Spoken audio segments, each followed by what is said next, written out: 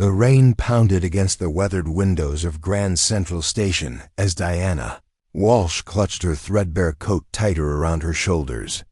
She had exactly $27 to her name, a teaching degree nobody seemed to want, and a one-way ticket to Montana that represented her last desperate chance at a future.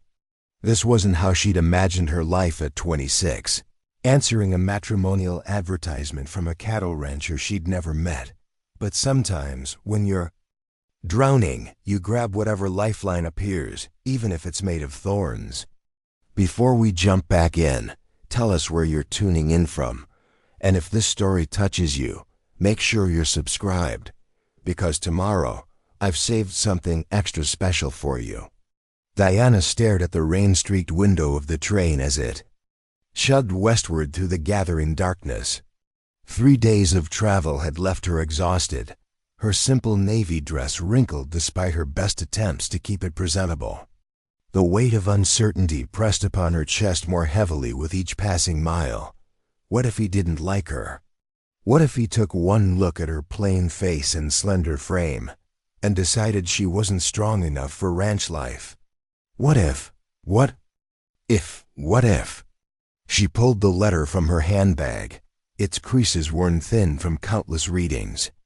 Dear Miss Walsh, it began in a strong, confident hand.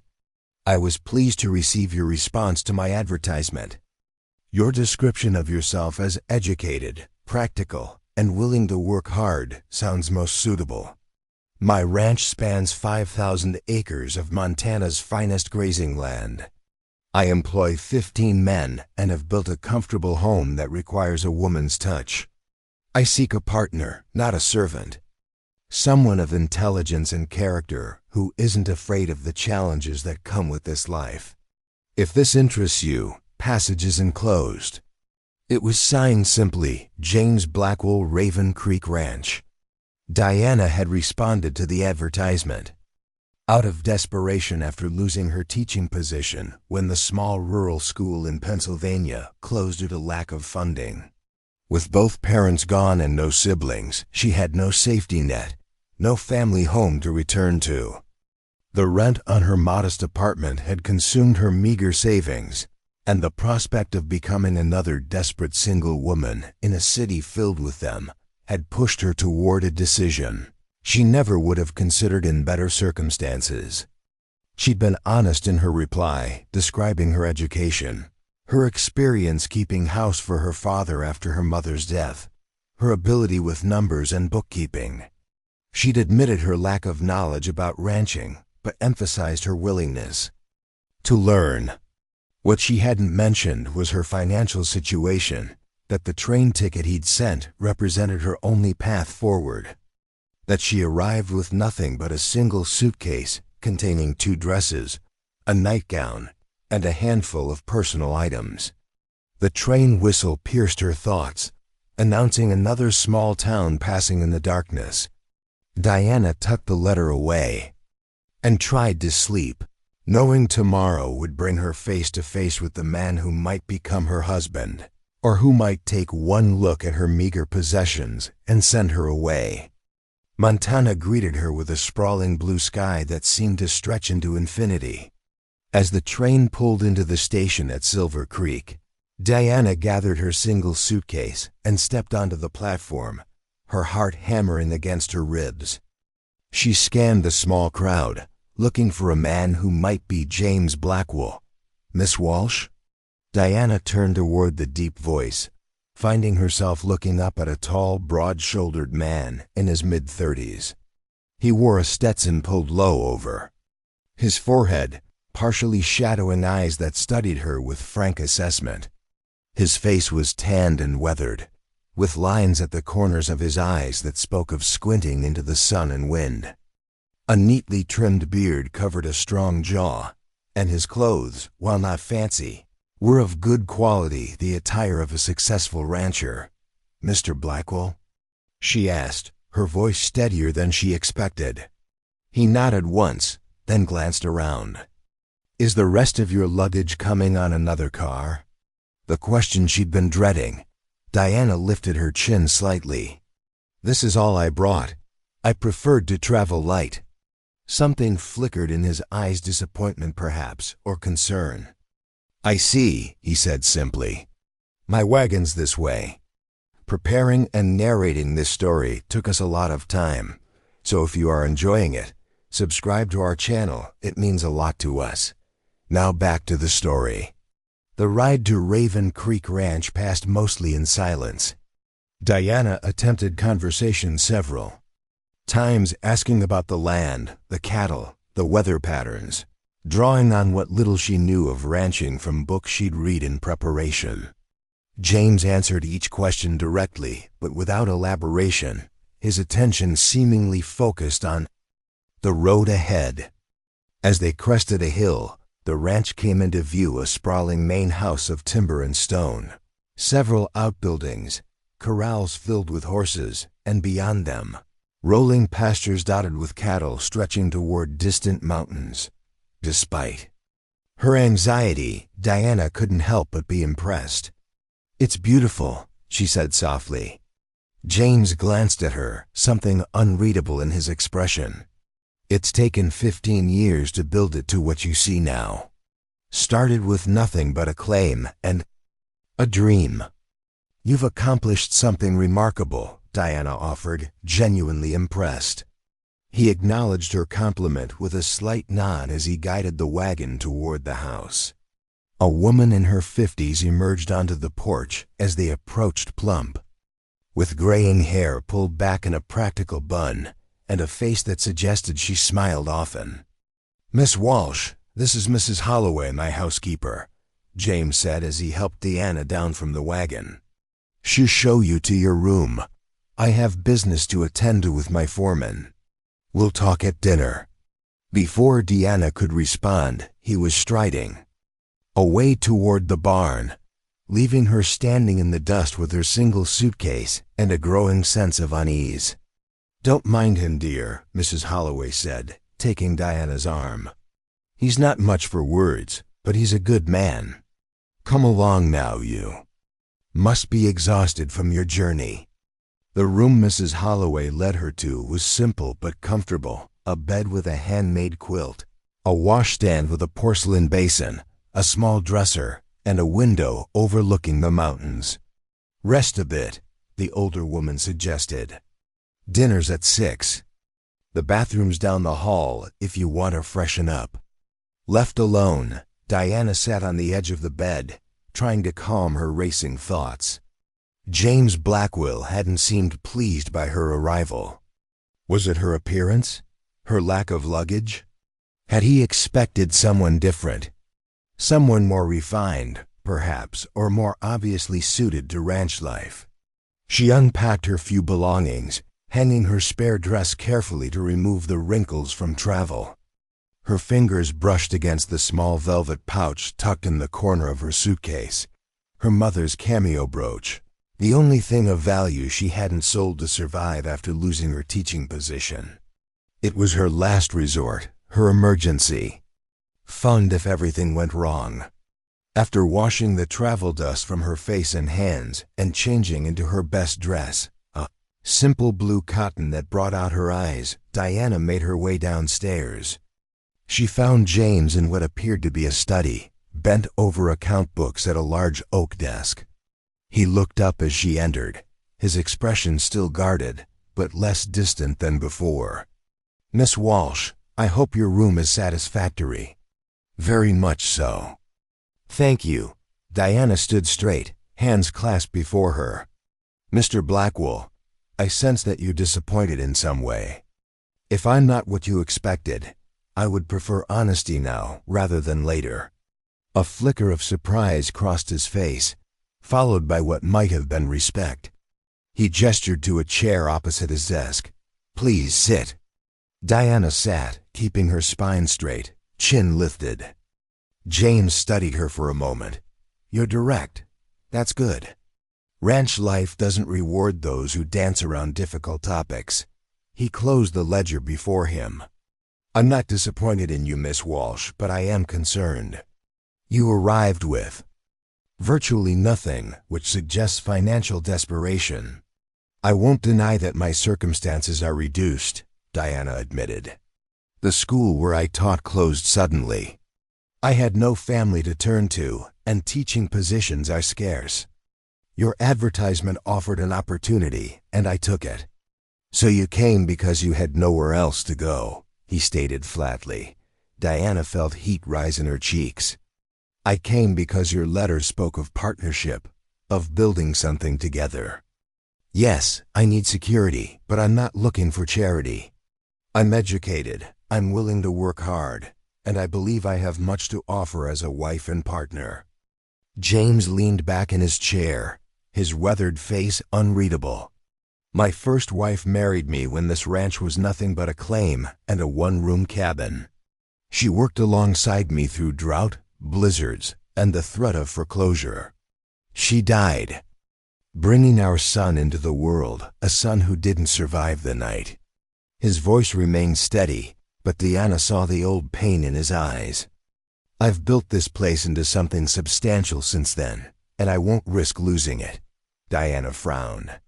I don't understand. How would marrying me risk your ranch? I need a wife who brings something to the marriage, he explained, his tone matter of fact rather than cruel. Capital to expand the operation, connections to secure better cattle prices, or at minimum, the equipment necessary to run a household. The advertisement was clear about seeking someone of means. It was not, Diana countered, pulling the folded newspaper clipping from her bag and placing it on the desk between them. It asked for someone educated, practical, and willing to work hard. I am all of those things. James picked up the clipping, scanning it with a frown. This isn't the full advertisement. It's what appeared in the Eastern paper, Diana said, realization dawning. Someone abbreviated it in republishing. He sighed, rubbing a hand across his beard. That explains much. The full advertisement specified woman of independent means. Preferred. I've had too many experiences with people seeking to attach themselves to what I've built without contributing anything in return. Diana rose, dignity stiffening her spine despite the hollowness opening in her chest. I see. Then, this has been a misunderstanding on both our parts. I apologize for wasting your time. Mr. Blackwell, if you could direct me to the nearest town with accommodations, I'll remove myself from your property immediately. James stood as well, looking genuinely uncomfortable for the first time. It's nearly dark, and the next town is 20 miles away. Whatever our misunderstanding, I'm not about to send a woman out alone at this hour. You'll stay the night, and tomorrow I'll have one of my men drive you to Silver Springs. There's a ladies' boarding house there where you can stay while you decide your next steps. That's very kind, but it's basic decency, he interrupted. Nothing more, nothing less. The sound of a dinner gong saved Diana from having to respond. She followed James to a dining room where Mrs. Holloway had laid out a hearty meal of roast beef, potatoes, and fresh-baked bread. The housekeeper glanced between them, clearly sensing the tension, but said nothing as she served the food and then discreetly withdrew. They ate in uncomfortable silence until James finally spoke. You mentioned you were a teacher. What subjects? Diana welcomed the neutral topic. Literature and mathematics, primarily. I also taught basic sciences. And history when needed. It was a small school. Did you enjoy it? Teaching?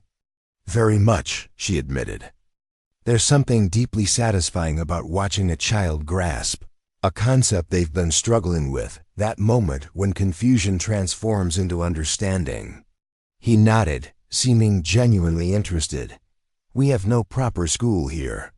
The children learn from their mothers or not at all. The nearest school is in Silver Springs, too far for daily travel. That's unfortunate, Diana said. Education opens doors that might otherwise remain closed. A sentiment my mother shared, James replied, surprising her with the personal detail. She taught me to read and cipher before I was 6. Said a man who couldn't read would always be at the mercy of those who could. A wise woman, she was. The conversation continued along these safer lines through dinner, with James revealing more about the ranch's operations and Diana sharing stories from her teaching days. By the time Mrs. Holloway brought coffee and apple pie, the atmosphere had relaxed considerably, though the fundamental problem remained unresolved. After dinner, Diana retired to her room, her mind racing with possible solutions to her predicament. The reality was stark. She had no money for a return ticket east, no prospects for employment in a remote Montana town, and no connections to help her establish herself. The boarding house James mentioned would be a temporary solution at best. She was still awake when a knock came at her door shortly after 10. She opened it to find Mrs. Holloway standing there, a concerned expression on her kindly face. "I thought you might want some tea, dear," the housekeeper said, offering a steaming cup. "Helps settle the nerves, and I imagine yours could use some." Settling, Diana accepted the cup gratefully. "Thank you, Mrs. Holloway." The older woman hesitated, then asked, "May I speak frankly, Miss Walsh?" "Of course. I've worked for Mr. Blackwell for 12 years now. Came after his first wife died. He's a good man, fair, honest, treats his workers well. But he's cautious with his trust, especially when it comes to women." Diana sipped her tea. "Because of his wife's death?" "Partly," Mrs. Holloway acknowledged. "But there's more to it. 3 years ago, a woman came here claiming to be a distant cousin of his late wife. Said she was destitute, needed help. James took her in, gave her work, even considered her as a potential wife after a time. Turned out she was working with a group of cattle rustlers, helping them target the best stock. Nearly ruined him before he caught on." "I see," Diana murmured, understanding dawning. "And now he sees every woman with limited means as a potential threat." "He's protective of what he's built," Mrs. Holloway agreed. "Can't say I blame him, considering. But between you and me, he's lonely. This big house needs more than an old housekeeper for company." Diana set down her teacup. "I appreciate your kindness, Mrs. Holloway, but Mr. Blackwell has made his position clear. I'll be leaving tomorrow." The older woman sighed. "Sleep on it, dear. Sometimes morning brings clearer thinking for everyone concerned." She patted Diana's hand and departed, leaving her alone with her troubled thoughts. Sleep proved elusive. Diana spent hours considering her options, each less promising than the last. Around midnight, restless and anxious, she decided a short walk might clear her head. She slipped on her shoes and wrapped a shawl around her shoulders before quietly making her way downstairs. The house was silent, illuminated only by moonlight streaming through the windows. Diana moved carefully through the great room toward the front door, intending to sit on the porch for a few minutes of fresh air. As she passed the study, she noticed a light still burning and heard the scratch of a pen on paper. She hesitated, then stepped into the doorway. James sat at his desk, account books open before him, his face etched with concentration. He looked up at her movement, surprise evident in his expression.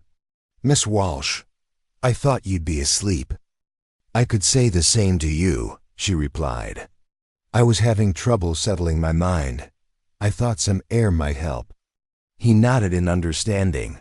"Ranch finances often keep me up late, particularly when things aren't balancing as they should." Diana hesitated, then ventured, "Perhaps I could help. Numbers were always my strength, and I kept the school's accounts for 3 years. James studied her for a moment, then gestured to the chair across from him. "I won't turn down an extra set of eyes. These cattle sales figures aren't matching what I recorded at auction." Diana took the seat and accepted the ledger he slid across to her.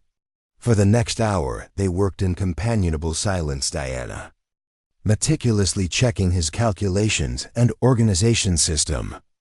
Eventually, she found the discrepancy, a transposed number in one column that had thrown off subsequent calculations. "You've got a good head for figures," James commented as she explained the error. "It's just practice and attention to detail," Diana replied. "Though I do find satisfaction in bringing order to chaotic numbers." He closed the ledger, studying her with new interest. "Why teaching? With your skills, you could have worked in a bank or business office." "Those positions rarely go to women, regardless of skill," she pointed out. "Besides, I enjoyed teaching. Helping shape young minds is a privilege." James nodded slowly. "You speak of it with passion." "As you do about this ranch," Diana observed. "We both found vocations that mattered to us."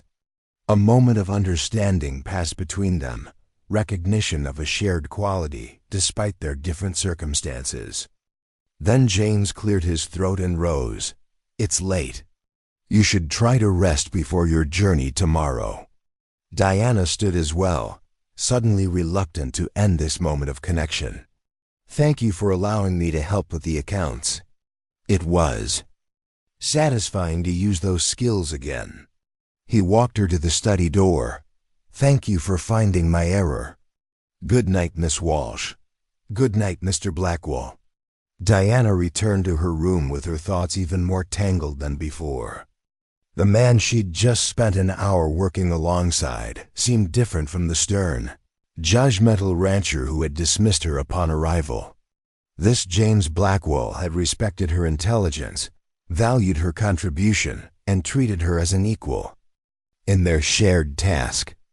But it changed nothing about her fundamental situation. In the morning, she would still be a woman with no resources, no prospects, and no claim on his consideration beyond basic courtesy. Unless an idea began to form in Diana's mind, risky, potentially humiliating, but possibly her only option. She would need courage to propose it, and an iron will to stick to her terms if he agreed. Sleep finally claimed her as she refined her approach, determined to face whatever morning brought with dignity intact. Dawn broke clear and golden over the mountains. Diana, dressed with care in her blue dress, pinned her mother's cameo at her throat and arranged her hair neatly. She packed her few belongings, then made her way downstairs where she found Mrs. Holloway preparing breakfast. "You're up early, dear," the housekeeper observed. "I have a proposition to discuss with Mr. Blackwell before I leave," Diana explained. "Is he about?" "In the barn, checking on Amari about to foal. He'll be in for breakfast shortly." Mrs. Holloway studied her with shrewd eyes. "You've got that look my daughter gets when she's set her mind to something." Diana smiled faintly. "Let's just say I'm not quite ready to surrender to circumstances."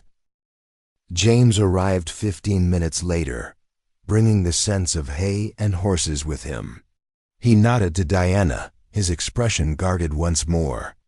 "Miss Walsh, I've arranged for Tom to drive you to Silver Springs after breakfast.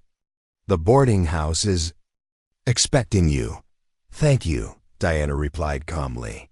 "But before I leave, I'd like to discuss an alternative arrangement with you, privately, if possible." Curiosity flickered in his eyes. He gestured toward the study. "After you." Once the door closed behind them, Diana took a deep breath and faced him squarely. "Mr. Blackwell, you need a wife who brings something of value to your ranch.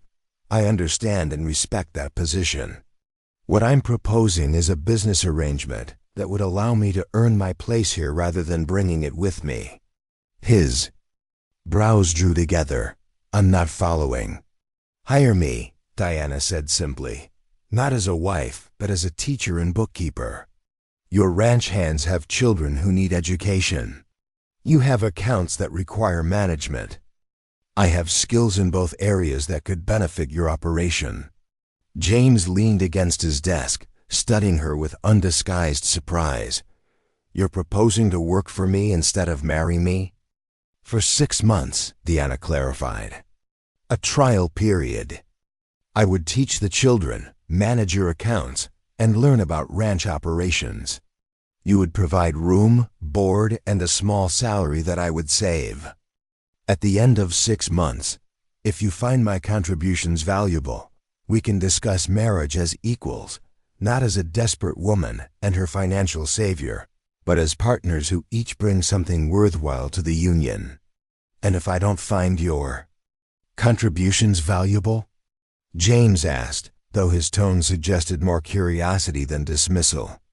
Then I'll have 6 months' wages to start elsewhere, and you'll have had the benefit of educated workers and organized books, Diana maintained.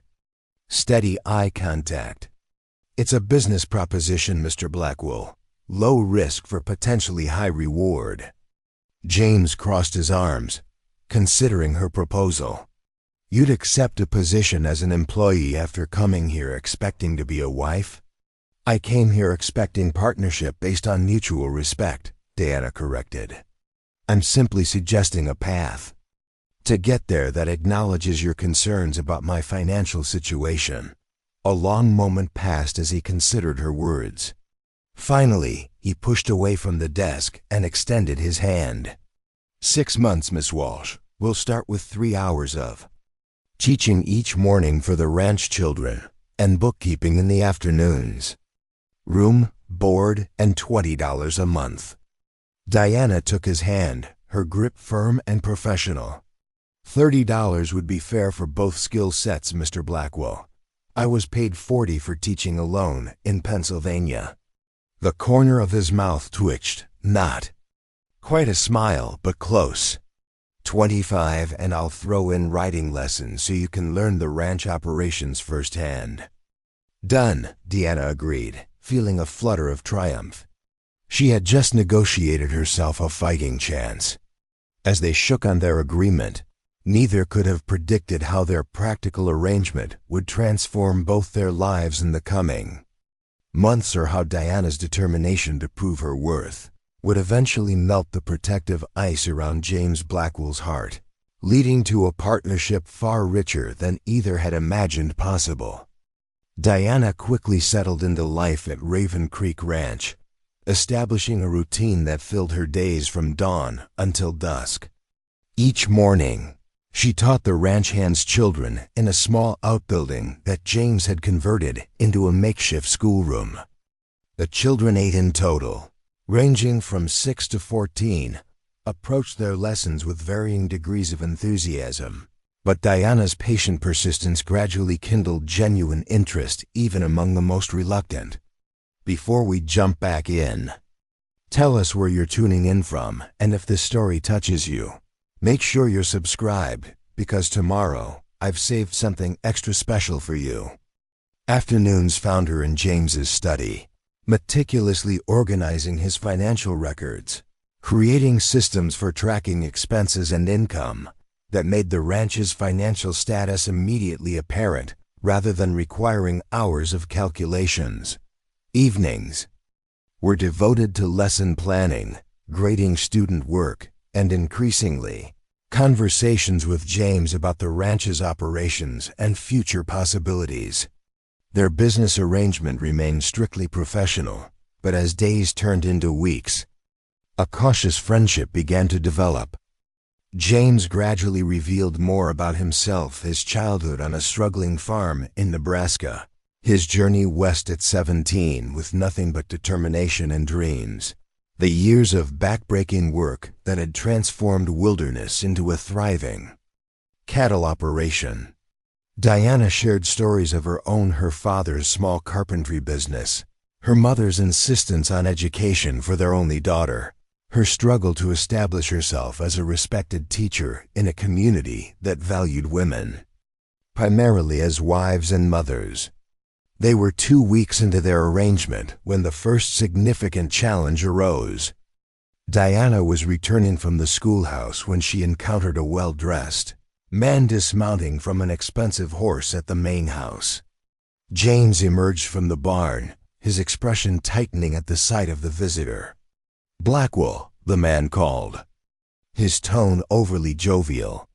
Thought I'd ride over and see how you're settling that water rights matter we discussed. Nothing to discuss, Harrison, James replied, his voice cool. My claim is legally filed and approved. The eastern boundary water. Access belongs to Raven Creek Ranch. Harrison's smile didn't reach his eyes. Legal documents can be reinterpreted, especially when influential parties have concerns. His gaze shifted to Diana as she approached. And who might this lovely lady be? James's jaw tightened, almost imperceptibly. Miss Walsh, my bookkeeper and schoolteacher. Miss Walsh, this is Victor Harrison. He owns the neighboring property. Diana nodded politely. Mr. Harrison, a schoolteacher? Harrison raised an eyebrow. How? Quaint. Though I must say, Blackwell, you've always had an eye for beauty, even if your business sense sometimes lacks refinement. The subtle insult wasn't lost on Diana, nor was the flash of anger in James's eyes. Before he could respond, she stepped forward smoothly. Mr. Blackwell's business acumen seems quite refined to me. The ranch's accounting systems are among the most organized I've encountered, showing consistent growth and strategic reinvestment. Perhaps different definitions of success are at play. Harrison's smile faltered. Well, educated as well as decorative. Interesting choice for isolated ranch life. Preparing and narrating this story took us a lot of time, so if you are enjoying it, subscribe to our channel. It means a lot to us. Now back to the story. Miss Walsh values substance over superficial appearances, James commented, a hint of warmth in his voice that Diana hadn't heard before. A quality worth more than gold in Montana territory. Harrison's expression hardened. Yes, well, I didn't come to discuss your staffing choices. The water rights matter isn't settled, Blackwell. The Cattlemen's Association meeting next month will address it formally. You might want to consider my offer before then. It won't improve with time. With a curt nod to Diana, he mounted his horse and rode away. Charming neighbor, Diana observed dryly once Harrison was out of earshot. James's mouth quirked in what might have been a suppressed smile. Victor Harrison represents everything I came west to escape: men who believe wealth and connections entitle them to whatever they desire, regardless of others' rights. He glanced at her. Thank you for your support just now. I merely stated facts, Diana replied. Though I admit I enjoyed puncturing his inflated sense of superiority. This time, James did smile briefly but genuinely. You handled him better than I usually manage. Harrison has a talent for finding my temper's shortest fuse. What's this water rights issue? Diana asked as they walked toward the house.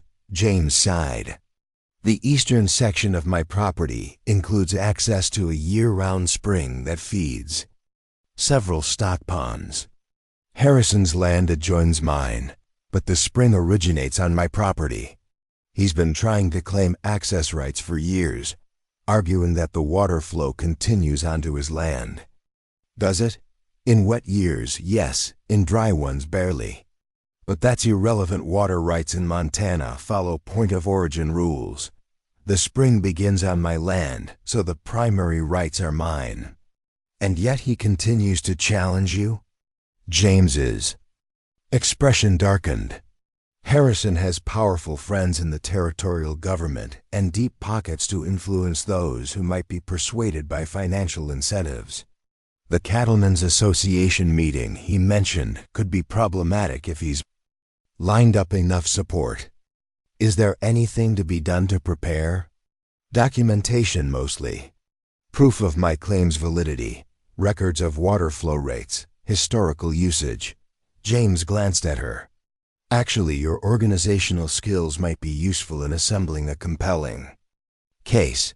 Would you be willing to take it on alongside your other duties? Diana straightened, recognizing the vote of confidence in his request. Of course. I'll need to understand the legal parameters, but organizing evidence is well within my capabilities. James nodded, looking relieved. Thank you. I'll explain the legal aspects after dinner. The next hour passed in a blur of focused activity. Diana helped James remove his coat and shirt, revealing a nasty furrow across his upper arm where the bullet had torn through flesh without lodging. She cleaned the wound carefully, relieved to find it wasn't as deep as the bleeding had suggested. You're fortunate, she told him as she applied a poultice of herbs Mrs. Holloway had prepared. A few inches to the right, and we'd be having a very different conversation. James watched her work, his expression a mixture of pain and something that might have been admiration. You seem remarkably calm about this. Panic wouldn't serve either of us, Diana replied practically, beginning to wrap clean bandages around his arm. Besides, I've dealt with worse. Teaching includes a fair amount of emergency medical care when you're the only educated adult for miles. Another skill you brought that I didn't anticipate, James observed. The list grows longer by the day. Diana secured the bandage, then met his gaze directly. Does that trouble you, Mr. Blackwell? Finding value where you didn't expect to? A moment of charged silence stretched between them before James answered. Not trouble, no. It complicates things. Life is complications, Diana said softly. The trick is determining which ones are worth embracing. Before he could respond, Mrs. Holloway bustled in with a tray bearing hot tea and fresh bread. You need to eat, both of you, she announced. And then, Mr. Blackwell, you need rest. That arm won't heal if you're prowling around the ranch tomorrow, pretending nothing happened. James started to protest, but Diana cut him off. Mrs. Holloway is right. The ranch can manage a day without your direct supervision. I can handle any urgent bookkeeping matters, and Mr. Jennings is perfectly capable of directing the hands. To her surprise, James acquiesced with minimal argument, allowing Mrs. Holloway to help him to his room after finishing his meal. Diana remained at the table, her mind turning over the day's events with growing concern. Harrison's men had escalated. From threats to violence, a dangerous development that could threaten everything James had built. The next morning brought heavy snow and howling winds that made it impossible to send word to the sheriff about the shooting. James, despite instructions to rest, insisted on reviewing the ranch's defensive options with his foreman. Diana, equally stubborn, insisted on being included in these discussions. Harrison's not going to stop, James told them grimly as they gathered in the study. This was a message, a warning that he's willing to use force to get what he wants. We could post men at the boundaries, Mr. Jennings suggested. Rotate watches. Make it clear we're prepared to defend our property. In this weather, with limited manpower? James shook his head. We'd exhaust the men within days, and Harrison knows it. No, we need a more strategic approach. What about legal recourse? Diana suggested. Documented evidence of trespassing and assault should strengthen your position with the territorial authorities. Assuming we can get a fair hearing, James countered. Harrison has friends in those circles, remember. Then we create circumstances where those friends can't protect him without compromising themselves, Diana said, an idea taking shape. As she spoke, the Cattlemen's Association meeting is in 2 weeks. It's a public forum with representatives from all the major ranches in the territory. If we present our evidence there, with witnesses, Harrison could simply deny everything, Jennings interrupted. It would be our word against his. Not if we have something more compelling than words, Diana persisted. The bullet removed from Mr. Blackwell's coat matches the rifles Harrison's men carry, correct? James nodded slowly. Go on. And the location where the confrontation occurred, that was well within your property line, nowhere near any disputed boundary? At least 5 miles inside our line, James confirmed. Near the main spring. Diana leaned forward intently. Then we don't just present legal arguments about water rights. We expose Harrison's methods: trespassing, armed intimidation, assault. We make it impossible for his allies to support him without being tainted by association with such tactics. James studied her with growing appreciation. It could work. The association members value their reputations. None would want to be seen condoning violence against a fellow rancher, regardless of political connections. It's risky, Jennings cautioned. Harrison won't take kindly to being publicly exposed. The alternative is waiting for him to escalate further, Diana pointed out. The next bullet might not just graze an arm. The grim truth of her statement hung in the air between them. Finally, James nodded decisively. We'll do it. Prepare the evidence, including maps showing exactly where the confrontation occurred, statements from the men who were with me, and documentation of previous boundary disputes. Miss Walsh, I'd like you to help organize this material for maximum impact. Of course, Diana agreed. And I think I should accompany you to the meeting. Both men looked at her in surprise. James's brow furrowed. The Cattlemen's Association doesn't typically include women in their proceedings. Precisely why my presence would be noteworthy, Diana argued. It underscores the seriousness of the situation that you're bringing your bookkeeper and educational advisor to provide. Factual, objective support for your claims. It makes the presentation more formal, less like a personal grievance between neighbors. James considered this, then nodded slowly. You make a compelling case, as usual. Very well, you'll accompany me. The next 2 weeks were consumed with preparations, gathering evidence, organizing documents, rehearsing presentations. Through it all, Diana found herself drawing closer to James, their shared purpose breaking down remaining barriers between them. They worked late into evenings, strategizing approaches and anticipating counter-arguments, their minds working in tandem with increasing synchronicity. On the night before they were to depart for the meeting in Helena, Diana found James standing, alone on the porch, staring out at the snow-covered landscape illuminated by a full moon. She joined him silently, wrapping her shawl tighter against the cold. Second thoughts? She asked after a moment. Not about our strategy, he replied. But I'm concerned about bringing you into Harrison's line of fire. He's not a man who forgives. Perceived humiliation. I'm not afraid of Victor Harrison, Diana said firmly. And I won't be intimidated into silence when what's right is at stake. James turned to face her, his expression serious in the moonlight. You've become indispensable to this ranch, Diana. Not just for your skills, though they're considerable, but for your courage, your perspective, your unwavering moral compass. It was the first time he had used her given name, and the intimacy of it hung in the air between them. James, she began, her heart suddenly racing. No, let me finish, he insisted gently. When you proposed this 6-month arrangement, I agreed, because it seemed a practical solution to an awkward situation. I never expected. He paused, searching for words. I never expected you to become essential to me, not just to the ranch. Diana drew in a sharp breath, hope and uncertainty warring within her. Essential how?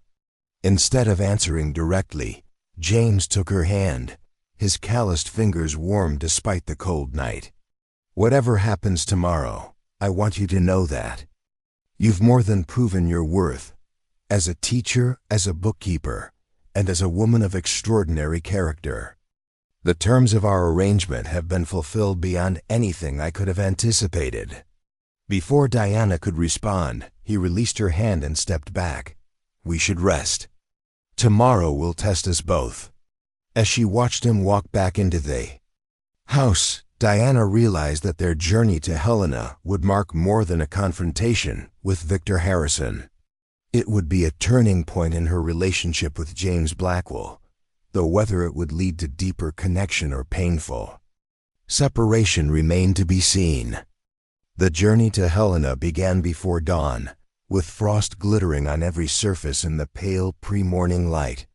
James had arranged for their fastest team to pull the ranch's best wagon, outfitted with extra blankets against the December cold.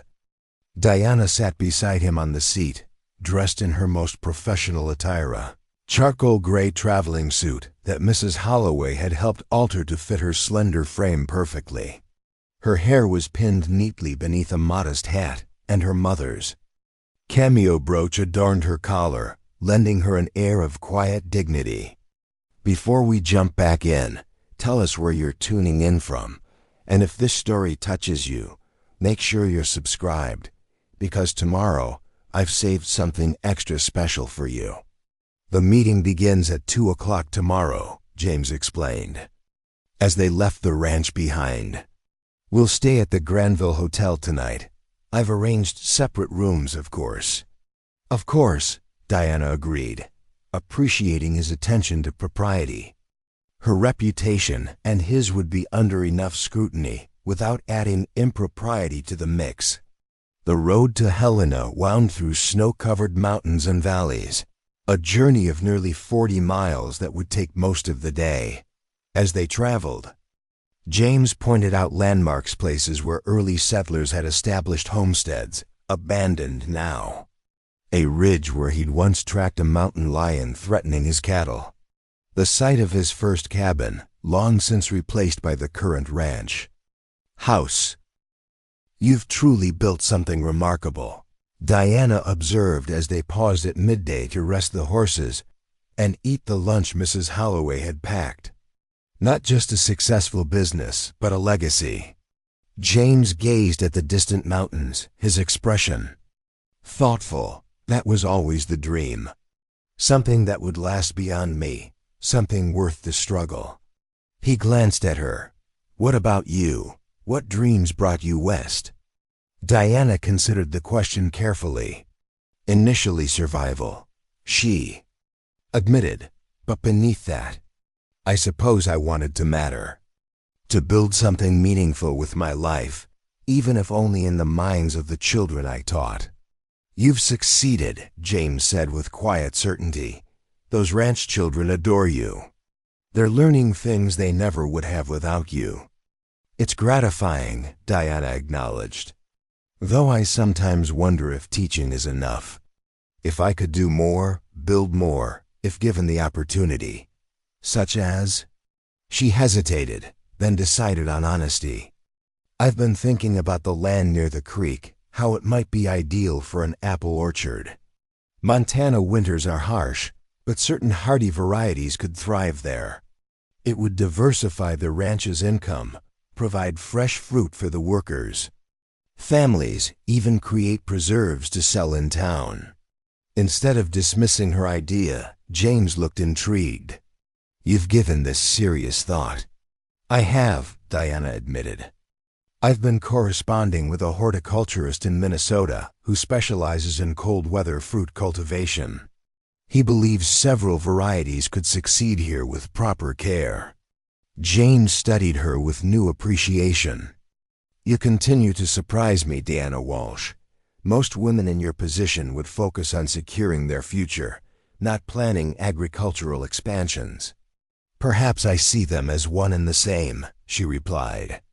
My future security depends on being valuable, on contributing something meaningful wherever I am. His expression softened. You've never been without value. Not from the moment you arrived. The simple statement warmed her more than the midday sun. They finished their meal in companionable silence before continuing their journey. Preparing and narrating this story took us a lot of time, so if you are enjoying it, subscribe to our channel. It means a lot to us. Now back to the story. Helena appeared on the horizon late that afternoon, a bustling, territorial capital that seemed impossibly civilized after months at the ranch. Gas lamps illuminated the main streets.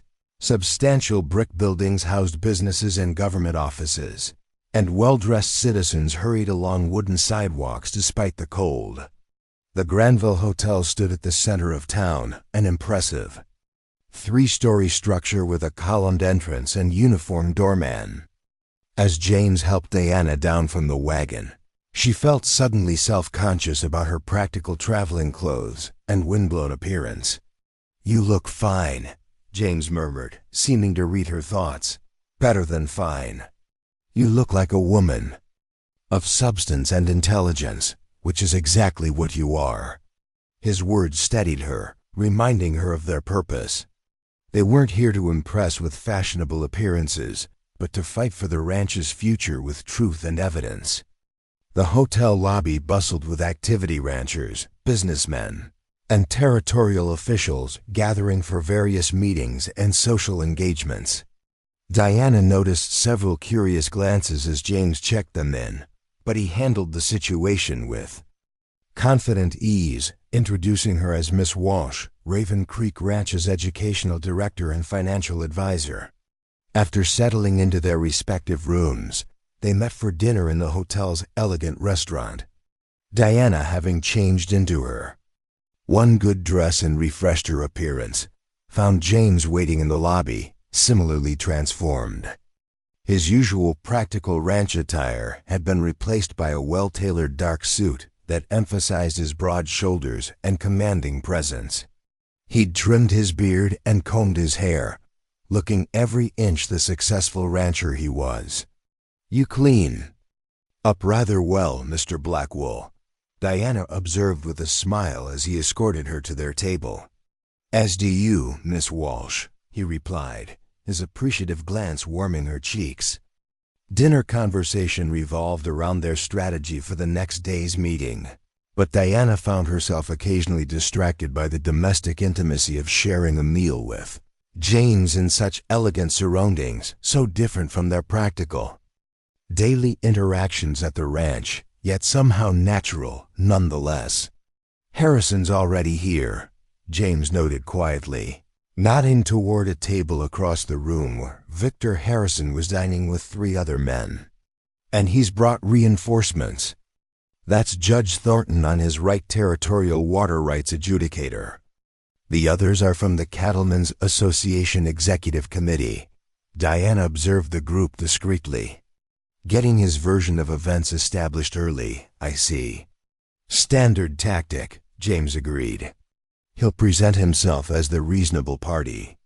Me as the aggressive upstart unwilling to share resources. Then we must be impeccably prepared and absolutely calm," Diana said decisively. "No matter what provocations he offers." James nodded, his expression grim. "Tomorrow we'll test both our strategies and our temperaments." After dinner, they retired to Diana's room to review their presentation one final time. Documents and maps spread across the small writing desk. They worked side by side, refining arguments and anticipating counterpoints until the clock struck 10. "We should rest," James finally said, gathering the papers into their leather portfolio. "Tomorrow will be challenging enough without adding exhaustion." Diana agreed, but as he prepared to leave, she found herself reluctant to end the evening. "James," she said impulsively, "no matter what happens tomorrow, I want you to know these past months at Raven Creek have been the most fulfilling of my life." He paused at the door, turning back to face her. "Even though you came seeking a husband and found only employment." "I came seeking security," Diana corrected gently. "What I found was purpose, respect, and the chance to build something meaningful. That's worth far more than a marriage of convenience." James studied her for a long moment, something unreadable in his expression. "Get some rest, Diana. Tomorrow needs your sharp mind at its best." With that, he departed, leaving her to wonder if she'd revealed too much of her heart. Morning brought clear skies and bitter cold. Diana dressed with particular care in her gray suit, securing her mother's cameo at her throat and arranging her hair in a simple but elegant style. The brooch was more than ornamentation. It was a talisman, a reminder of her mother's quiet strength and dignity in the face of challenges. James met her for breakfast, his manner focused and professional. They reviewed their strategy one final time before walking to the Territorial Administration Building, where the Cattlemen's Association meeting would be held. The meeting room was already filled when they arrived, 30 or more ranchers and territorial officials seated around a massive oak table, with additional chairs lining the walls for observers. Diana was acutely aware of being the only woman present, but she kept her spine straight and her expression composed as James guided her to their seats. Victor Harrison sat across the table, flanked by his allies.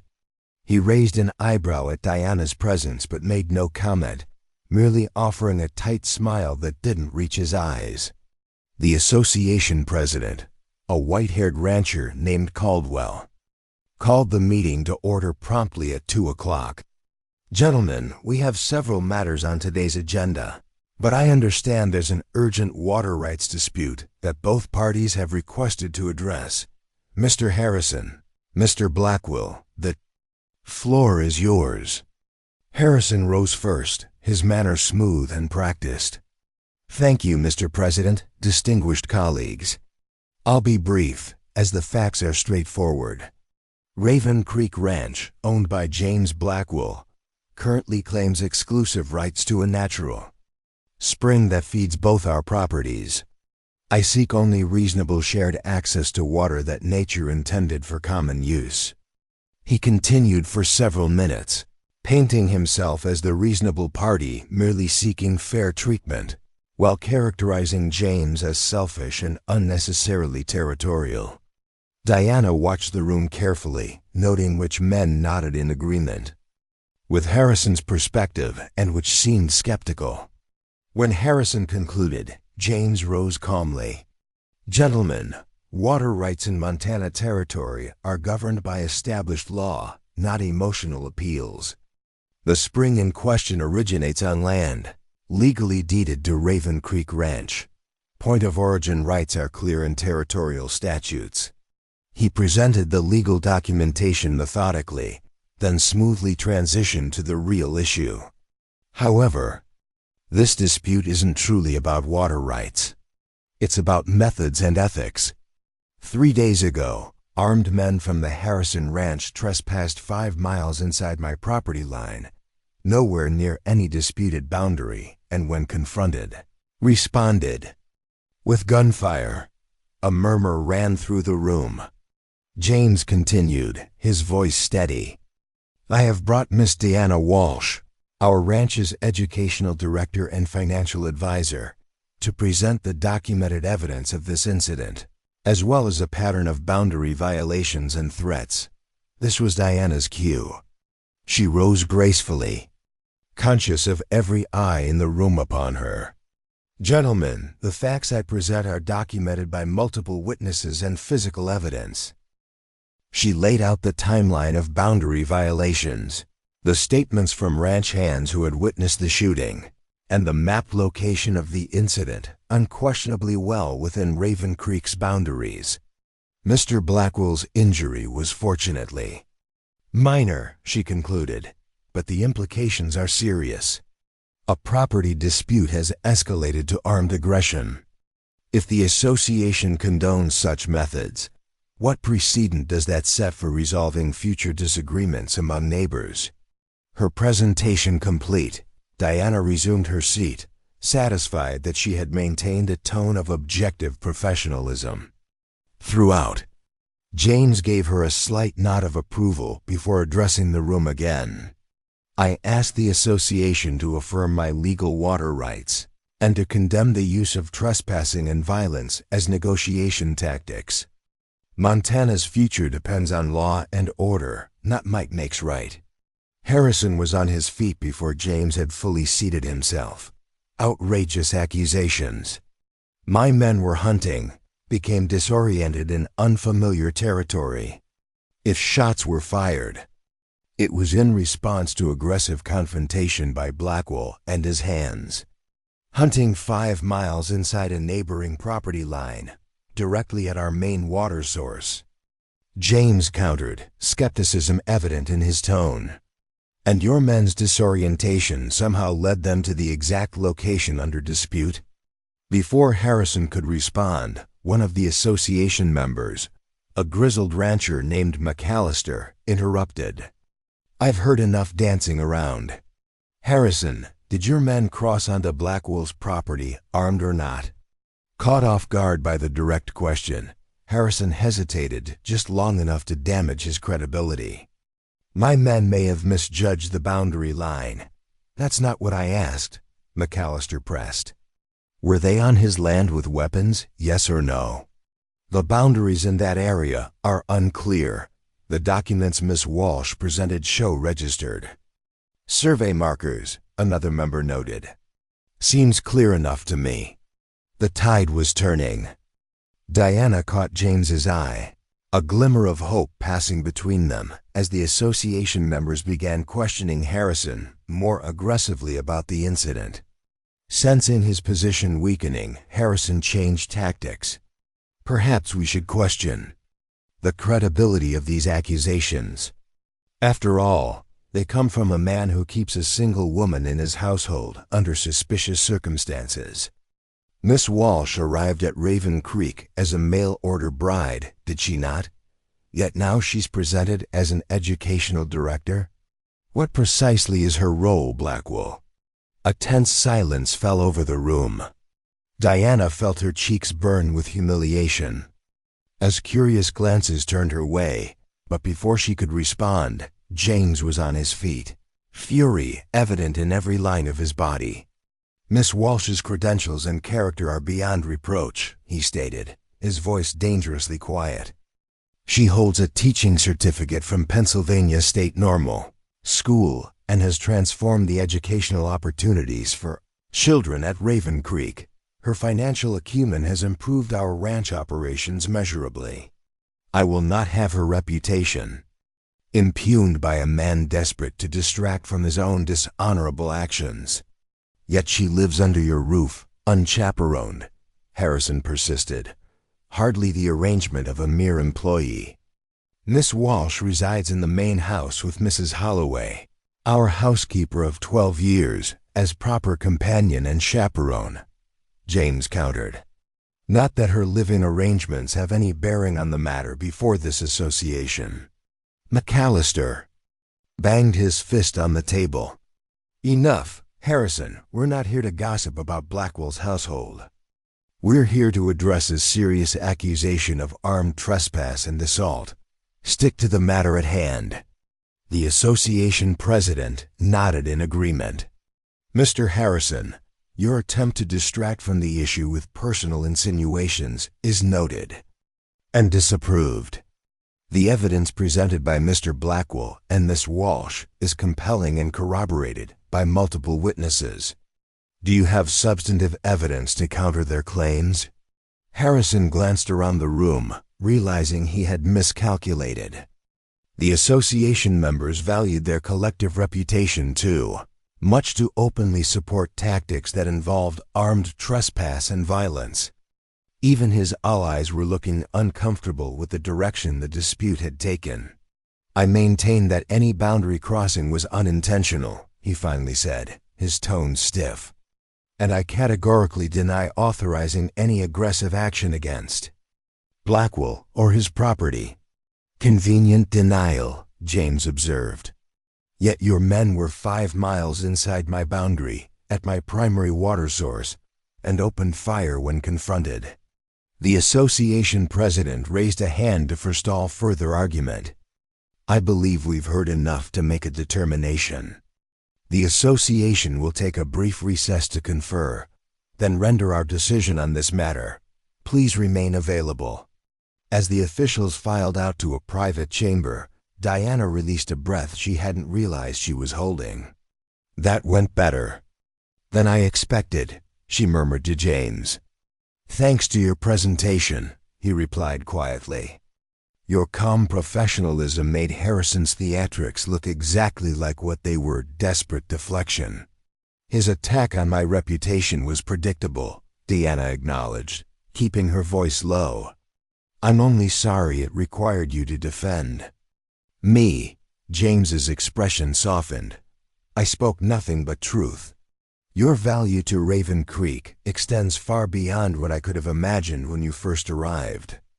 Before Diana could respond, Harrison approached their table, his manner superficially cordial, though his eyes remained cold. "Impressive performance, Miss Walsh. Blackwell has trained you well."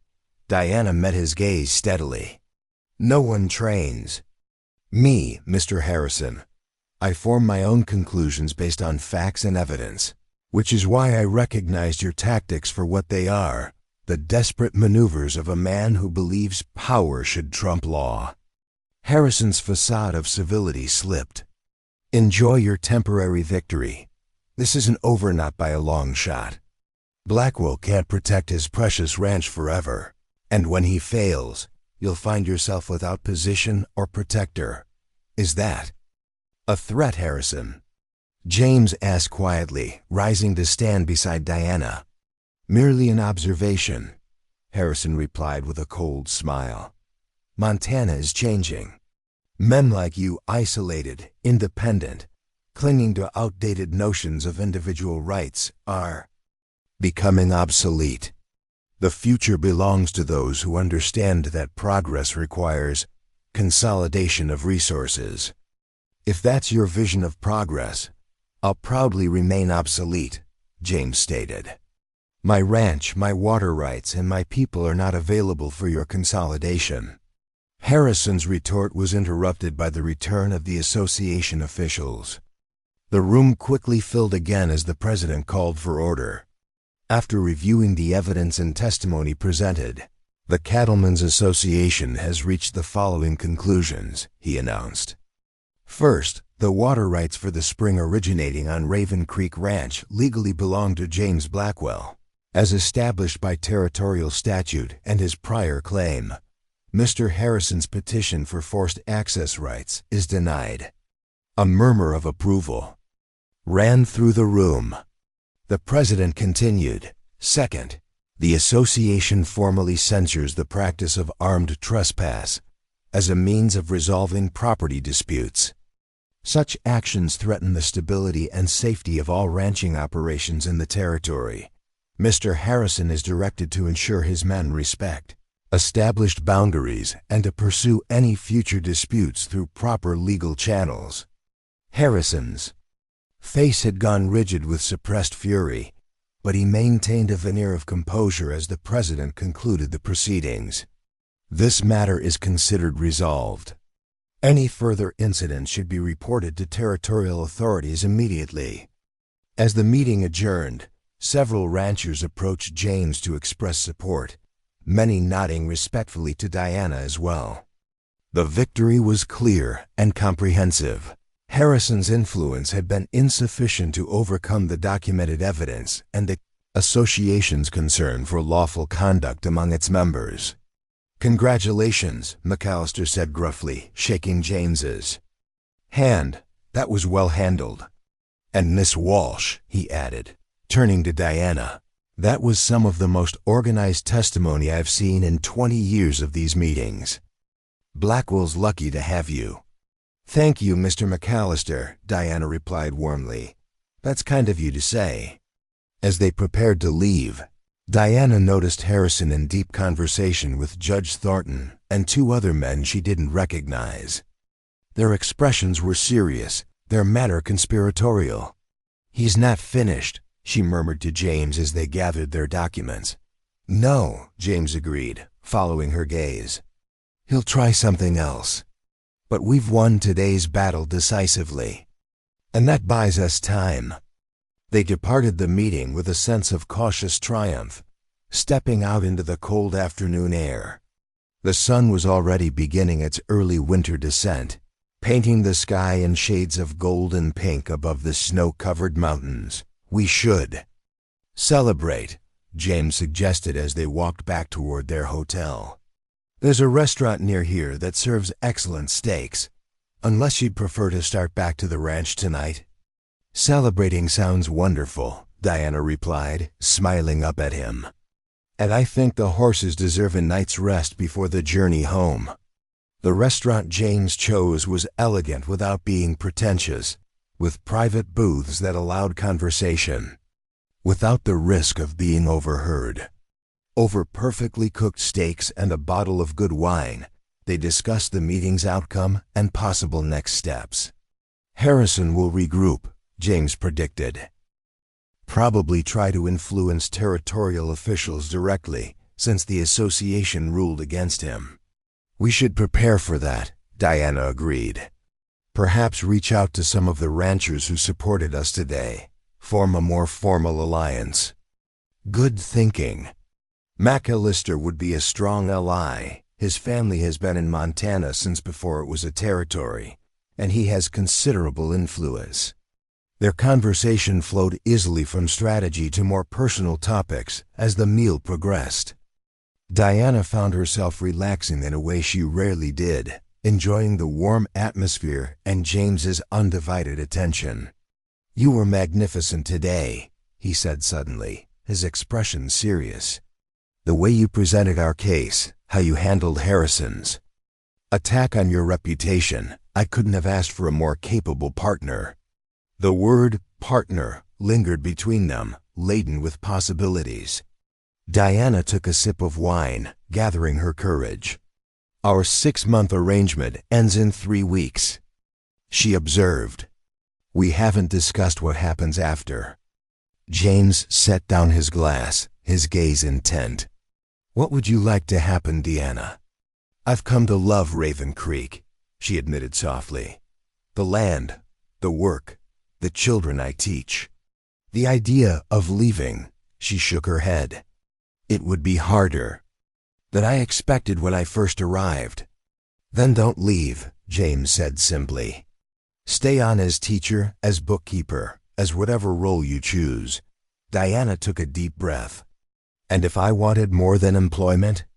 If I've come to hope for that partnership we originally discussed, but founded now on genuine feeling rather than practical arrangement?"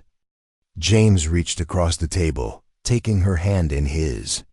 "Then I would say my hopes have aligned with yours."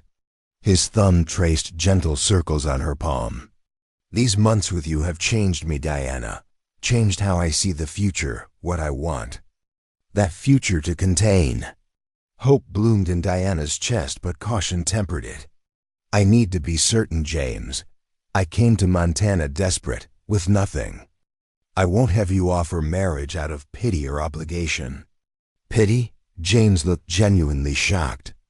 "Diana, you're the strongest, most capable woman I've ever known. You faced down Victor Harrison without flinching. You've transformed my ranches, operations, educated the children, and brought light back into a home that had forgotten joy." His grip on her hand tightened. "If there's any imbalance between us, it's that you bring far more to this partnership than I do." "That's not true," Diana protested. "You've given me a home, purpose, the chance to build something meaningful. And you've given me hope," James replied simply. "Hope for a future that includes more than just survival and success, one that includes happiness and companionship as well." The honesty in his eyes melted the last of Diana's reservations. "Then yes," she said softly. "Yes to partnership, to building that future together, to facing whatever challenges come our way, including Victor Harrison." James smiled, the expression transforming his usually serious face. "Harrison doesn't worry me. Any man who would risk what matters for the sake of power doesn't understand true value." He lifted her hand to his lips, pressing a gentle kiss to her knuckles. "And I've found something of immeasurable value in you, Diana Walsh." As they walked back to their hotel through the snow-covered streets, arm in arm beneath the starlit sky, Diana reflected on the extraordinary journey that had brought her to this moment. She had arrived in Montana with nothing but hope and determination, facing rejection and uncertainty with quiet dignity. Now she stood on the threshold of a future richer than any she could have imagined, not because fate had been kind, but because she had refused to let circumstances define her worth. The woman who had stepped off that train with a single suitcase and $27 to her name had transformed into someone stronger, more confident, more completely herself. And in James Blackwell, she had found not a savior but a true partner, a man who valued her mind as much as her heart, who saw her poverty not as a liability but as evidence of her remarkable resilience. As the hotel came into view, James paused, turning to face Diana in the glow of a street lamp. "I realize I haven't actually asked the question properly," he said, a hint of self-consciousness in his voice.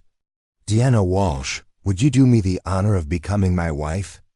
Not because either of us needs the other for practical reasons, but because together we're better than we could ever be apart." Diana smiled up at him, her heart full. "Yes, James Blackwell. Not because I'm too poor to make my way alone, but because with you, I've found the richness of true partnership. And that's worth more than all the gold in Montana." His kiss, when it came, was gentle yet filled with promise, the beginning of a shared journey that would face its challenges but would be navigated together, with the strength and determination they had both demonstrated from the start. The woman who had once been deemed too poor to marry had discovered that true wealth lay not in possessions but in courage, integrity, and the capacity to build something meaningful from whatever life provided. And in recognizing that truth, she had found not just security, but love, a love founded on mutual respect and shared values that no external threat could ever diminish. The journey back to Raven Creek Ranch seemed shorter somehow, the winter landscape no less beautiful but more welcoming, as if the Montana wilderness had accepted Diana as one of its own. She sat close to James on the wagon seat, their shoulders touching, a new intimacy between them that required no words. The future stretched before them, not without challenges, but rich with possibilities they would face together. Before we jump back in, tell us where you're tuning in from, and if this story touches you, make sure you're subscribed, because tomorrow, I've saved something extra special for you. "I was thinking about the apple orchard," James said as they crested a hill overlooking the valley that contained the ranch. "Spring would be the time to start, assuming the ground thaws early enough." Diana smiled, touched that he remembered her idea and took it seriously. "We'd need to prepare the soil this winter. Research suggests adding certain minerals before planting to ensure the trees have the best start." James repeated, satisfaction in his voice. "I like the sound of that." "As do I," Diana agreed softly. "Though there's something we should discuss before we arrive home." James glanced at her, a question in his eyes. "Second thoughts? Never," she assured him quickly. "But we should decide how to announce our engagement. The ranch hands, Mrs. Holloway, they'll all have expectations and questions." James considered this, his expression thoughtful. "You're right, as usual. We began with a business arrangement. Some might question the shift to a personal commitment." "I'm not concerned with gossip," Diana clarified. "But I do want to honor the relationships we've built with these people. They've accepted me, included me in their community. They deserve our honesty." James nodded, his appreciation evident. "What do you suggest?" "The truth," Diana said simply. "That what began as a practical arrangement evolved into something deeper and more meaningful. That we've chosen each other not out of necessity, but out of genuine respect and affection." "Affection," James repeated, a smile playing at the corners of his mouth. "Is that what you call it?" Diana felt warmth rise in her cheeks. "It's a starting point." The rest will develop in its own time." His hand covered hers, strong and reassuring. "It already has, Diana, at least for me." The admission, so simply stated yet so profound, filled her with quiet joy. They rode the rest of the way in companionable silence, each absorbed in private thoughts about the future they would build together. Preparing and narrating this story took us a lot of time, so if you are enjoying it, subscribe to our channel. It means a lot to us. Now back to the story. The ranch came into view as afternoon shadows lengthened across the snow-covered valley. Smoke rose from the main house chimney, and lights glowed in the windows, creating a picture of welcoming warmth that touched Diana deeply. This was home now, not just a place of employment, but where she belonged.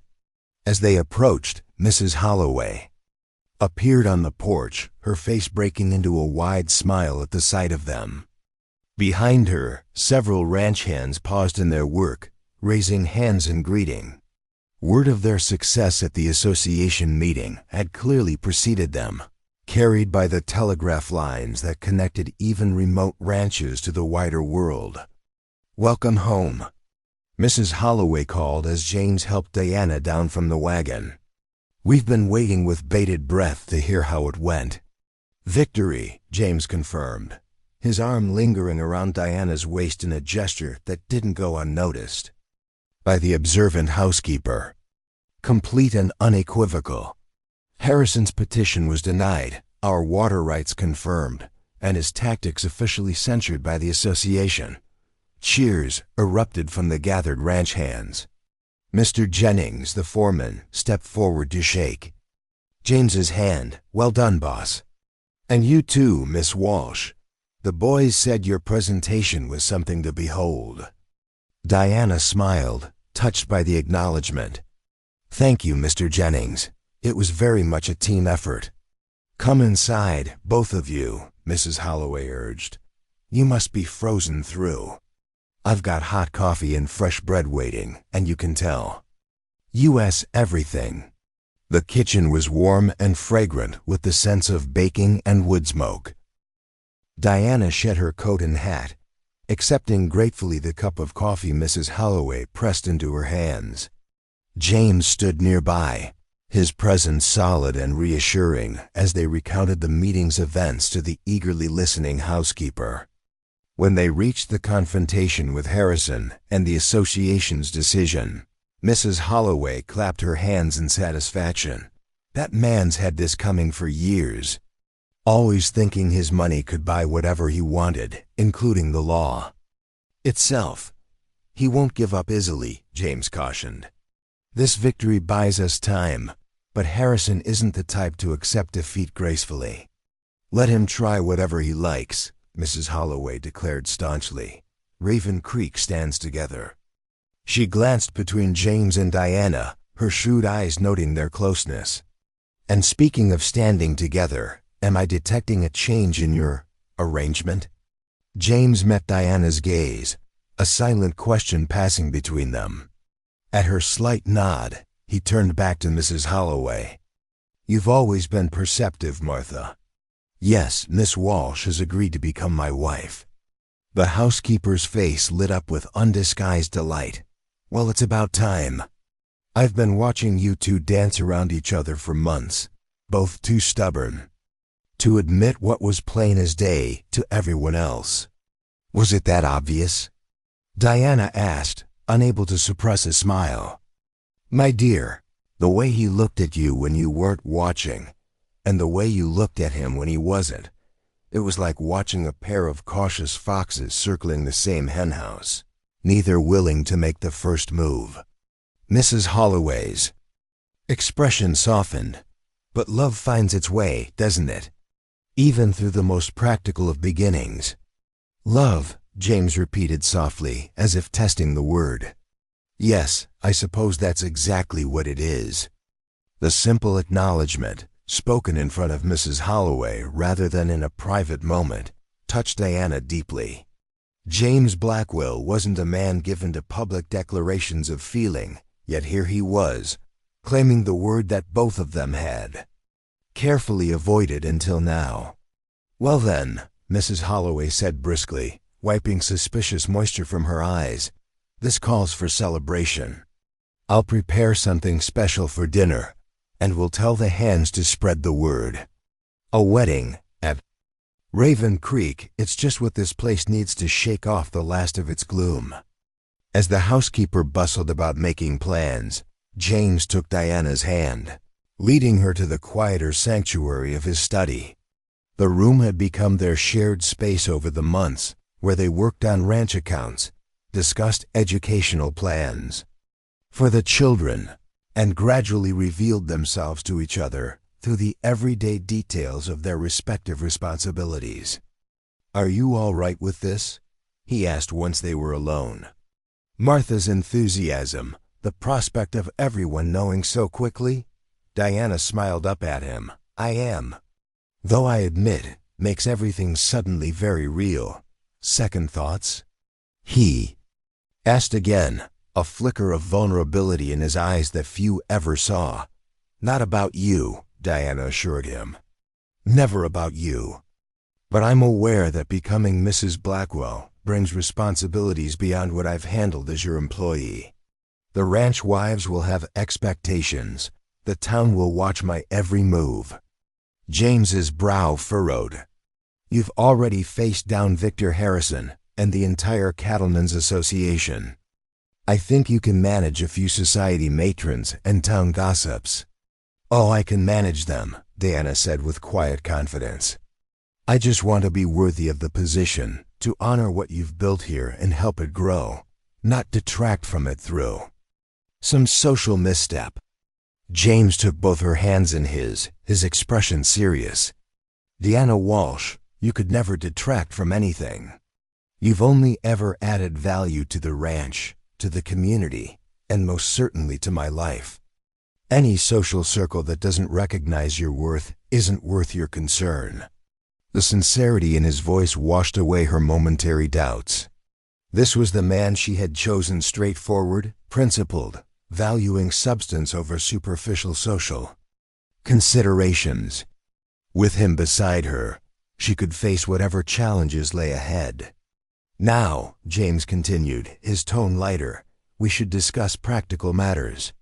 When would you like to be married? Where? And would you prefer a quiet ceremony or something more elaborate?" Diana considered the questions. "Sooner rather than later," she decided.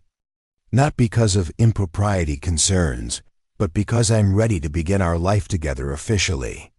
As for where, here at the ranch seems most appropriate, doesn't it? This is our home, after all." The word "our" visibly pleased him. "And the ceremony itself?" "Simple but meaningful," Diana replied without hesitation. "With those who matter to us present, the ranch hands, the children I teach and their families, perhaps a few of the ranchers who supported us at the association meeting." "Perfect," James agreed. "Though I should warn you, a wedding at Raven Creek will become a community event whether we plan it that way or not. Ranch weddings are rare enough to draw interest from miles around." Diana laughed. "Then we'll be gracious hosts to whoever arrives. After all, it's an opportunity to strengthen community bonds, isn't it?" James smiled, the expression transforming his usually serious face. "You continue to amaze me, Diana Walsh. Most women would be fretting over dresses and flowers, yet you're thinking of community relationships." "Oh, I'll fret about the dress too," Diana assured him with a smile. "I am still a woman, after all. But one who understands that a marriage exists within a community, not separate from it." James drew her into his arms, his embrace warm and solid. "1 month from today," he suggested. "That gives us time to prepare, but doesn't delay unnecessarily." "January 23rd. What do you think?"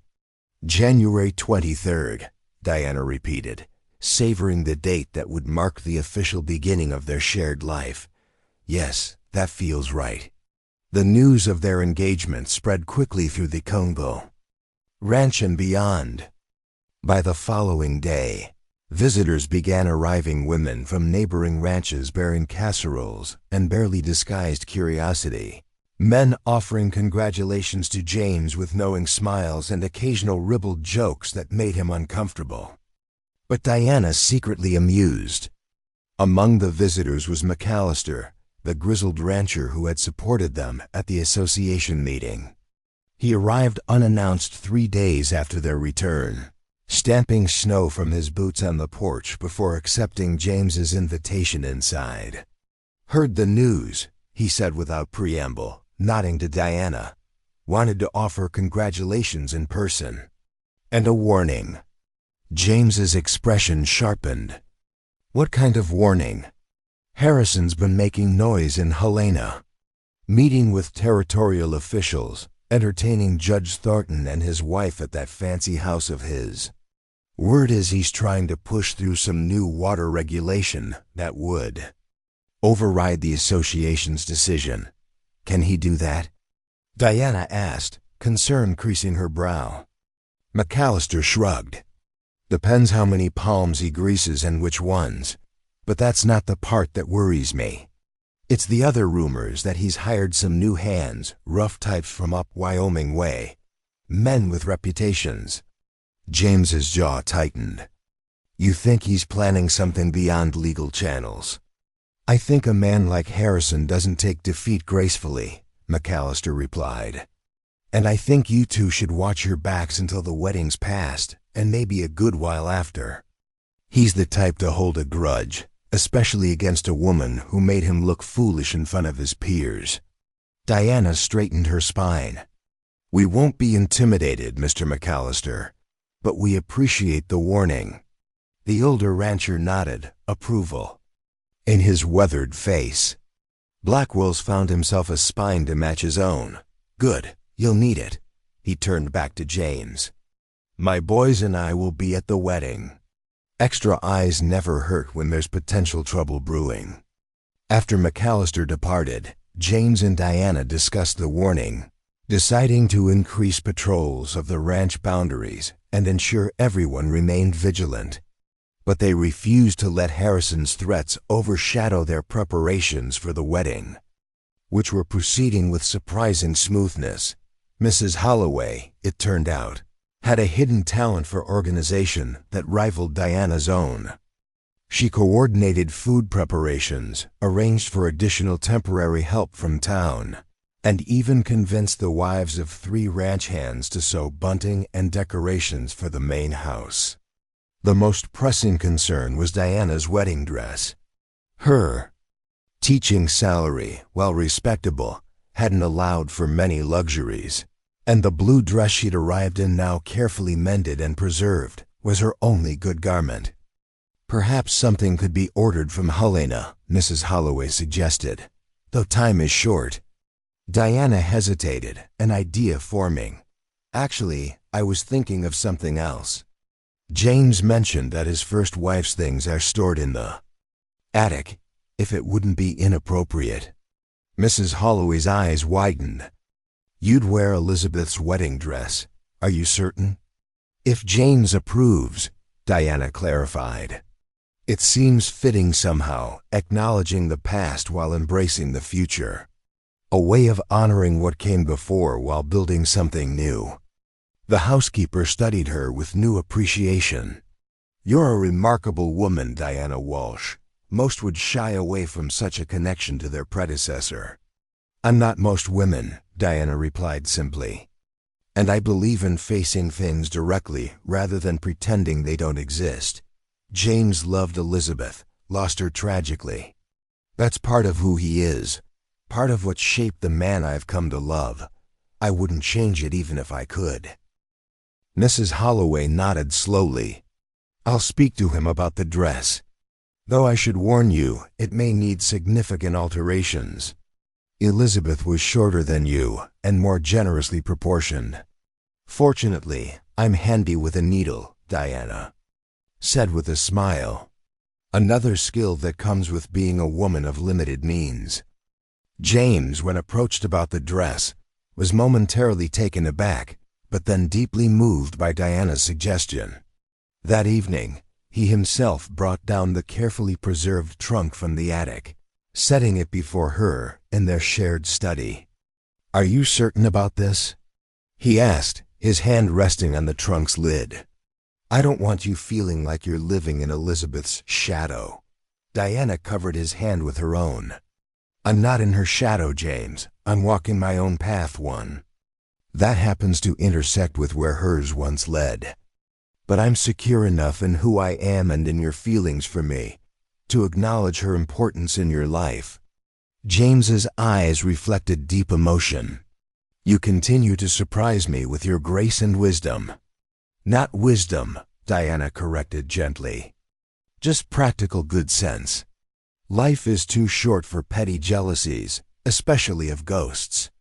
Together they opened the trunk, revealing the carefully packed wedding dress, ivory satin with delicate lace trim, beautifully made but reflective of fashion's 15 years past.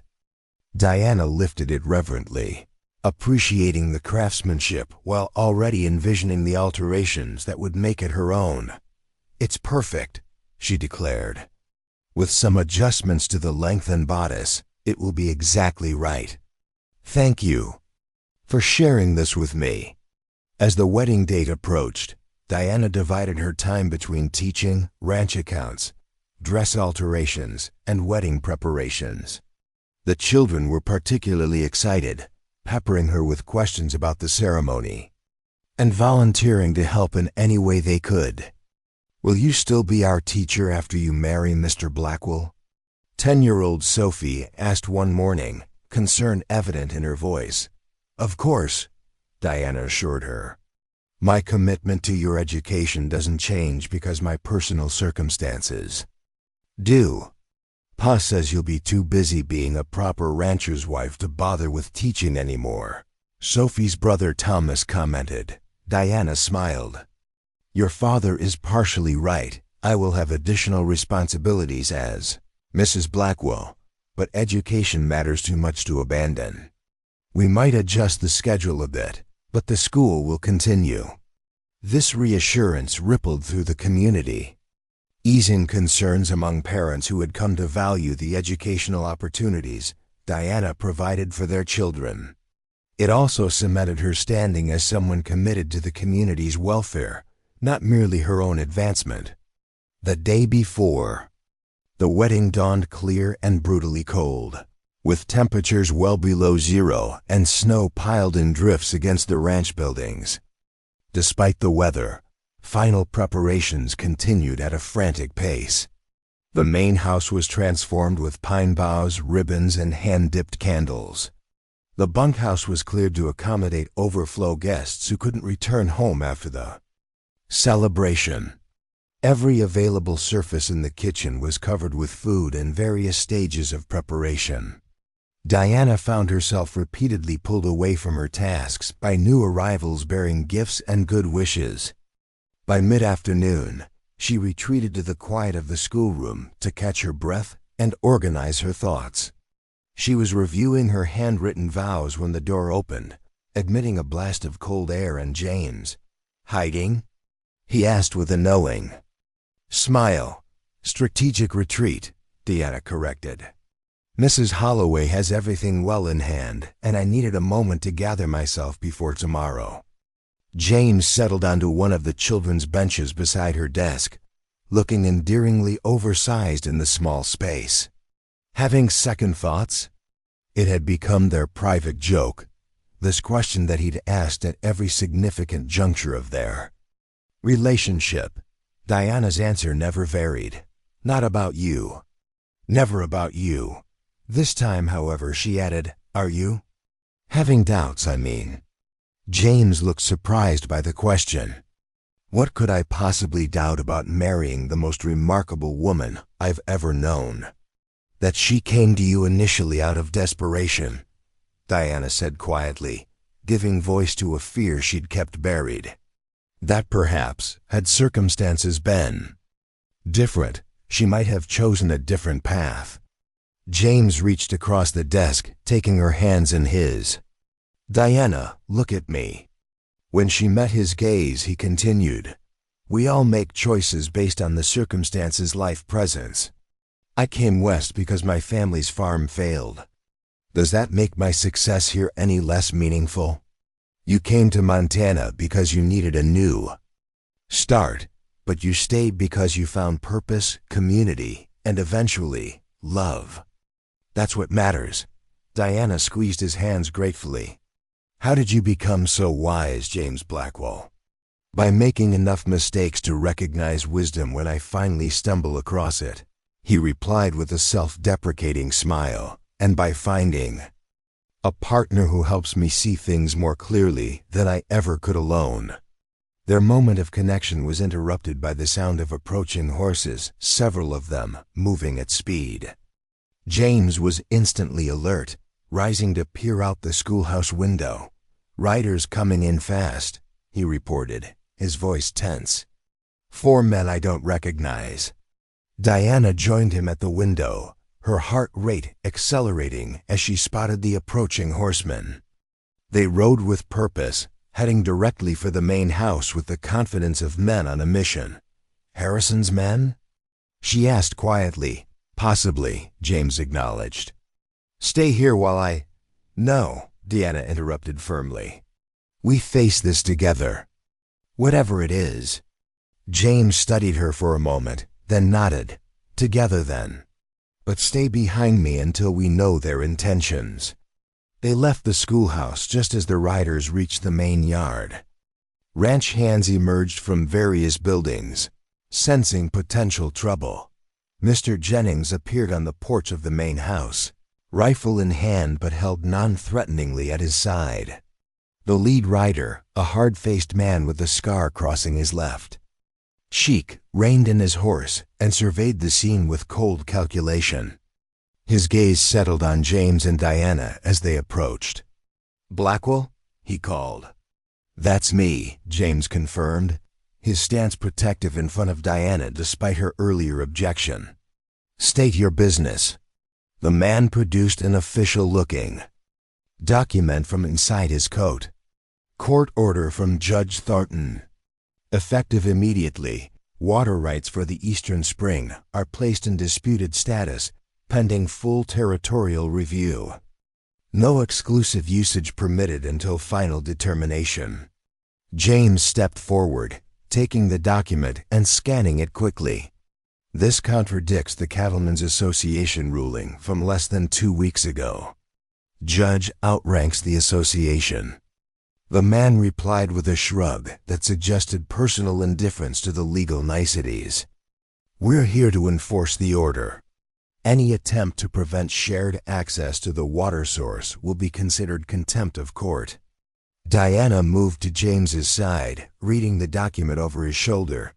"This is dated yesterday," she observed. "Remarkably fast processing for territorial bureaucracy." "Ma'am, I just deliver the papers," the man replied, though a flicker of something amusement perhaps crossed his face. "Mr. Harrison sends his congratulations on your upcoming nuptials. By the way, says it's his wedding gift to you both." The deliberate provocation wasn't lost on anyone present. James's jaw tightened, but he maintained his composure. "You've delivered your message. Now I suggest you leave my property before my men mistake your presence for the threat it feels like." The lead rider glanced around, noting the ranch hands, who had gradually positioned themselves strategically around the yard, many openly carrying weapons. He nodded almost imperceptibly. "We'll be monitoring the spring access. Any interference and we'll be back with more than paperwork." With that, the riders wheeled their horses and departed, leaving behind tension thick enough to cut with a knife and a legal document that threatened everything James had fought to protect. "He timed this deliberately," Diana said once the riders were out of earshot. "The day before our wedding, to cast a shadow over the celebration. And to catch us at our most vulnerable," James agreed grimly. "With the ranch full of guests, our attention divided, our defenses potentially lowered." Diana studied the court order again. "This can be challenged." The procedure appears irregular at best, possibly illegal.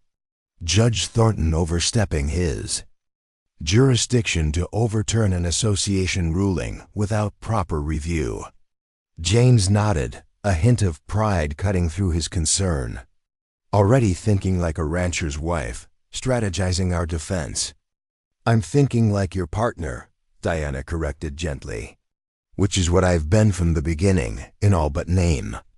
That evening, despite the cloud Harrison's legal maneuver had cast, final wedding preparations continued. Diana and James agreed that postponing would only give Harrison satisfaction. Whatever battles lay ahead, they would face them as husband and wife, their union strengthening rather than weakening their position. After a chaotic dinner with early arriving guests, Diana retired to her room to make final adjustments to her dress and to reflect on the journey that had brought her to this moment. From desperate mail-order bride to respected teacher to beloved partner, each step had required courage, determination, and faith in her own worth beyond material possessions. A soft knock interrupted her thoughts. Opening the door, she found Mrs. Holloway holding a small wooden box. "A moment of your time?" the housekeeper requested. Diana welcomed her in, curious about the box and Mrs. Holloway's unusually solemn expression. "I've served Raven Creek Ranch for 12 years, the older woman began, arriving shortly after Elizabeth's passing when James was still deep in grief. "I've watched him rebuild his life piece by piece, focusing entirely on the ranch as if it could fill the emptiness her death left behind." She held out the box. "Until you arrived." Diana accepted the box, opening it to reveal a delicate pair of pearl earrings nestled in faded velvet. "These were my mother's," Mrs. Holloway explained.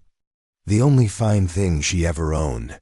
She wore them on her wedding day, as did I on mine. I never had a daughter to pass them to, but if you would accept them." Deeply touched, Diana embraced the woman who had become a friend and confidant. "I would be honored, Mrs. Holloway, truly." "Martha," the housekeeper corrected with a watery smile. "I think it's time you called me Martha, don't you?" The morning of January 23rd dawned clear and bright, the sun turning the snow-covered landscape into a glittering wonderland. Diana woke early, a blend of excitement and serenity filling her as she realized this was her wedding day, a possibility that would have seemed absurd when she first arrived at Raven Creek with nothing but a single suitcase and desperate hope. Martha helped her dress, the modified wedding gown fitting perfectly after Diana's careful alterations. The ivory satin complemented her fair complexion, while adjustments to the bodice and sleeves gave the 15-year-old dress a more contemporary silhouette. Martha's pearl earrings added a perfect finishing touch, and Diana's mother's cameo brooch at her throat connected her past to her present. "You look radiant," Martha declared, stepping back to admire the effect. "Not like a desperate mail-order bride at all, but like a woman who knows exactly who she is and what she wants." "That's precisely what I am," Diana agreed, smoothing the satin skirt. "What I've become, at least, during these months at Raven Creek." By noon, the ranch yard was filled with wagons and horses as guests arrived from throughout the region. The ceremony would take place in the main house living room, which had been transformed with greenery and candles into a space both elegant and welcoming. Diana waited in her room until the appointed time, listening to the murmur of voices and occasional laughter from below. A knock at her door revealed Mr. Jennings, looking uncomfortable but dignified in his best suit. "It's time, Miss Walsh," he announced, "and I'd be honored to escort you downstairs if that suits." "Since you have no family present." Diana blinked back unexpected tears at the gesture. "That would be perfect, Mr. Jennings. Thank you." The foreman offered his arm, his weathered face softening as he looked at her. "You've been good for him, you know. Good for all of us." brought something back to this place that had been missing for a long time. Raven Creek has given me far more than I could ever repay, Diana replied softly as they started down the stairs. A home when I had none, purpose when I'd lost direction, and a family I never expected to find. The living room fell silent as she entered on Mr. Jennings' arm. 30 or more guests stood watching her progress, but Diana had eyes only for James, waiting beside the minister at the far end of the room. He looked handsome and solemn in his dark suit, his expression transforming to wonder as he beheld his bride. The ceremony itself was simple, but meaningful traditional vows supplemented by personal promises they had each written. Diana spoke of partnership, respect, and the love that had grown from the most practical of beginnings. James, usually so reserved with his emotions, surprised everyone with the eloquence of his pledge to cherish and honor the woman who had brought light back into his life. As they exchanged rings, his a simple gold band, hers a delicate circle set with small sapphires that had been his mother's, Diana felt the rightness of this moment, this choice, this future they were building together. The path that had led her here had been difficult at times, marked by loss and uncertainty, but every step had been necessary to bring her to this place of belonging.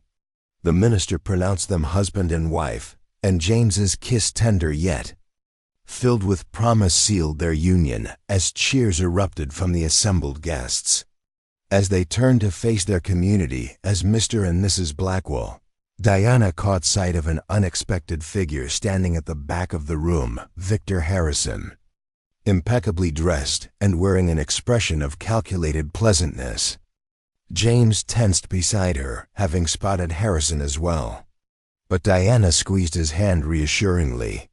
This was their moment, and no outside force, not Harrison's schemes, not past hardships, not future challenges would diminish its significance. The celebration that followed was joyous and boisterous, spilling from the main house onto the porch and yard despite the winter cold. Food and drink flowed freely. Music from several ranch hands who played fiddle and guitar filled the air, and congratulations poured in from every side. Harrison approached during a lull in the festivities, extending his hand to James with practiced cordiality. Congratulations, Blackwell. A lovely ceremony for a lovely bride. James accepted the handshake stiffly. Harrison, surprised to see you here. I was in the area, Harrison replied smoothly. Thought it only neighborly to pay my respects. He turned to Diana. Mrs. Blackwell, marriage agrees with you already. You're positively glowing. Thank you, Diana replied, her tone pleasant. But cool, though I suspect your attendance has more to do with your legal maneuver yesterday than with genuine goodwill. Harrison's smile didn't falter, direct as always. I do admire that quality, misguided though your loyalty may be. He lowered his voice. The offer still stands, you know. $500, was it? I'll make it 1,000 now that you're a married woman. Just convince your husband to be reasonable about the water rights. Mr. Harrison, Diana said calmly, if you understood anything about value, you'd know that what we've built here, what we continue to build, can't be measured in dollars. It's about legacy, community, and the principle that some things aren't for sale, regardless of the offer. Harrison's facade of amiability slipped slightly. Principles don't water cattle, Mrs. Blackwell, and they don't protect against men willing to take what they want by whatever means necessary. Is that a threat? James asked quietly, his body tensing. Merely an observation, Harrison replied, echoing his words from their confrontation in Helena. Montana rewards those who understand how power truly works. The territorial review will go my way, Blackwell. Judge Thornton has assured me of it. You're fighting a losing battle. Perhaps, Diana acknowledged, her voice steady. But some battles are worth fighting regardless of the odds.